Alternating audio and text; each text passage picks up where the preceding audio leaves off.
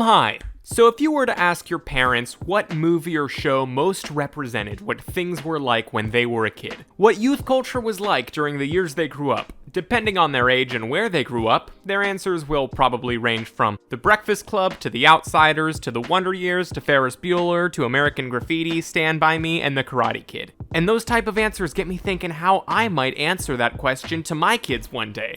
Well, that would be assuming someone would ever be willing to have sex. Or at the very least, what media I might revisit in the future when I want to be reminded of what growing up in the 2010s was like. And 3 pieces of content come to mind. 2 were the films 8th Grade and Boyhood, perhaps to be discussed another time, and the other was the Netflix mockumentary series American Vandal. If you're unfamiliar, American Vandal, created by Dan Peralt and Tony Yacenda, is a parody of true crime shows centered around the investigation of high school pranks. Season 1 centers around an incident where several faculty cars were vandalized with graffiti of dicks, and Season 2 focuses on a series of poop-related crimes at a Catholic prep school by someone using the mysterious alias of the Turd Burglar. Now, there's been no shortage of media released in my lifetime that use a contemporary high school setting. So what makes American Vandal stand out? Well, most other shows or movies set in a Gen Z high school still opt for a more or less timeless feel. In that, other than the technology characters use and certain lingo, high school kids in 20 years' time will still be able to watch such content and more or less relate to and understand what's going on, which isn't to say they won't be able to relate to American Vandal, but there's no way they will anywhere near the amount that Generation Z can. Because this series uses so many concepts specific to the decade it takes place.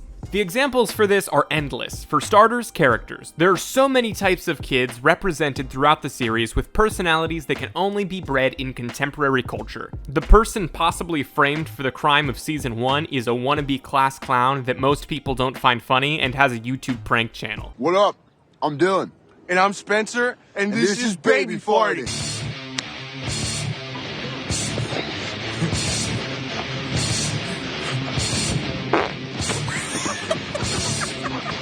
There's the character Mr. Krabs, who represents how much more difficult it is for teachers to be relatable to students in the current age when, in order to do so, they have to grasp concepts like meme culture.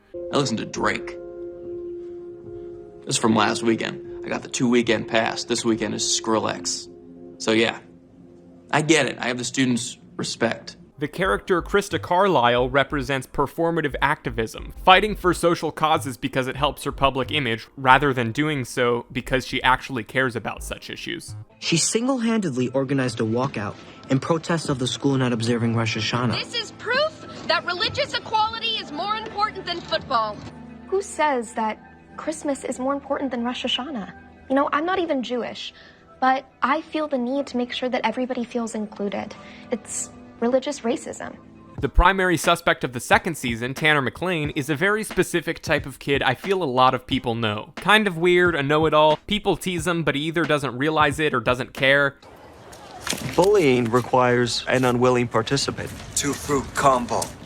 Do I seem unwilling? Maybe 1 or 2 of the videos out of context might appear to be bullying. You can't throw watermelon at me. The character also makes reviews of tea on YouTube that kind of remind me of Report of the Week. My disappointment is immeasurable, and my day is ruined. Then there are types of kids represented who, while not necessarily exclusive to Generation Z, are still such real types of people I feel everyone knew in high school. There's a theater kid who only has female friends, none of whom think of him romantically at all. He's a theater kid who lives in the friend zone, and when I got grounded for smoking dabs in my garage, I let him take my girlfriend to homecoming, because it's true. He's like a brother to me. You know, my parents let him sleep over all the time. Like, I can change in front of him. That's how asexual the situation is. There's the friendly popular kid who tries to have some kind of inside joke with everyone he comes across. I mean, I love the school. I love the people and the people love me. I feel like I'm friends with everybody. Each handshake kind of represents my relationship with that person and part of who that person is. It's my man Asian Josh. He really Mexican though. That's crazy. The overly religious kid. It's God's words. He wrote them for us. It's right here. Even Jesus would tell Paul to take it down a notch. Or the desperate nerdy social climber who never really stood a chance at popularity. Beyond characters, the series displays other facets of 2010's social and popular culture. Some are just mentioned for humor, but in a clever, understanding way that doesn't feel like older writers pandering to the young viewers. Postmates is kind of like pizza delivery, except it's not pizza. Well, sometimes it's pizza. You can order pizza. But usually people order, like, I don't know, random shit. And a lot of the time, I want that shit, too. You know, I go to buy someone a smoothie, and I'm like, obviously, I'm going to get a smoothie. So sometimes I lose money on this job. But whatever. There's some perks. You get free fries and shit. Oh, can I get one? Nah, if you have too much, they notice. What she did was pretty lame in my book. She tried to fake a relationship, tried to act like she was friends with Kendall when really she just like took a fan picture. I feel like she low-key disrespected everyone who Kendall really has a relationship with, like her actual family. Like Kim, Courtney, Chloe, Kylie baby daddy, the new baby, Tyga, all of them, man. The mom, the transgender mom, the little babies. Like, she just shouldn't have done it. She should have just said, hey, I met Kendall. Emoji.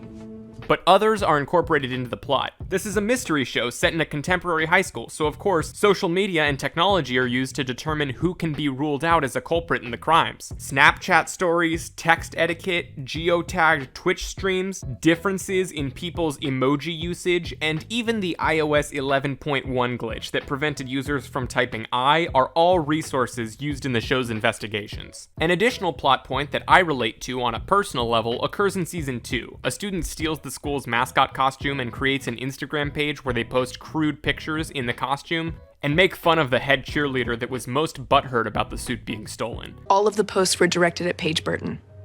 I'm depressed, drunk, and horny for thee, Paige. Hashtag, look at my purple boner. Something crazily similar happened at my high school. Basically, someone made an Instagram page and the @ was the name of my school followed by the word cuties. The bio read something like, shining a spotlight on the hottest students at da-da-da high school.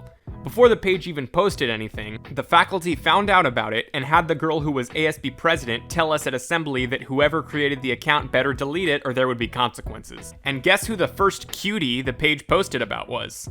In both the show and my school, the student that called out the prank Instagram page just made herself a target for the meme lord that ran it.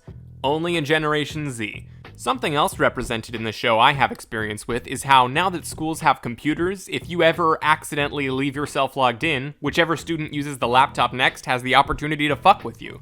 This happens in the show with students who don't log out of their Twitter in the school's computer lab. A tweet from March 2016, from his classmate's account. My dick's gonna fall off. At Jess Rodriguez 99 infected me with crotch goblins. Hashtag chlamyds.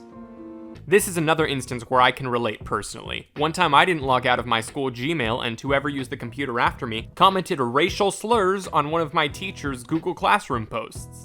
Luckily, the teacher knew me enough to understand that's something I wouldn't do, but yikes! To whoever did that, too far, dude. Even the guy in American Vandal drew the line at crotch goblins. Some other miscellaneous things I related to were groups performing public service announcements at my school disguised as sketch comedy. Why are you calling his shoes gay? Well, I didn't mean like gay, homosexual gay. I mean like stupid gay.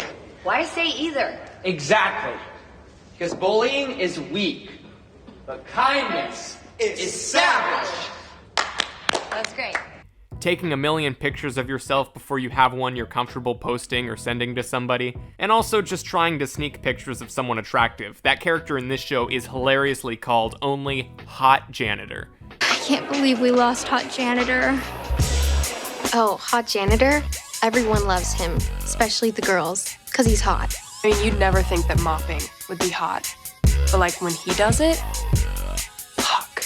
So you want to know the real tragedy? Despite both of the series being incredibly popular and garnering critical acclaim for a show about dick graffiti and shit pranks, Netflix canceled it after season 2. Apparently the producers want to shop it around to other networks, but there's been no word on if that's happened. This show needs another season. What would the next crime be? A vagina mural? A boob sculpture? Well, regardless, even if these 2 seasons are all we ever get, I'm just glad this show exists at all. And I hope I've explained why, if my future children ever ask what it was like to come of age in the 2010s, I will not hesitate to put on American Vandal. Except, maybe I will, depending on how old they are. Every bathroom in a hotel had a bidet, right? So a bidet is like, you got your regular toilet, and then you got a bidet toilet. The bidet shoot like a water stream up your ass. Now, it sound a little gay, but it's not at all. Like, it's hella clean, it's hella tight. Hey, it's me, Alvin, the chipmunk. And I'm just gonna say it. If you don't subscribe to Justice Course Guard, I'm gonna beat the shit out of Simon. Guys, it's me, Simon. He's not joking. Alvin, stop! Why are we even doing this? This video had nothing to do with Alvin the Chipmunks. Ah!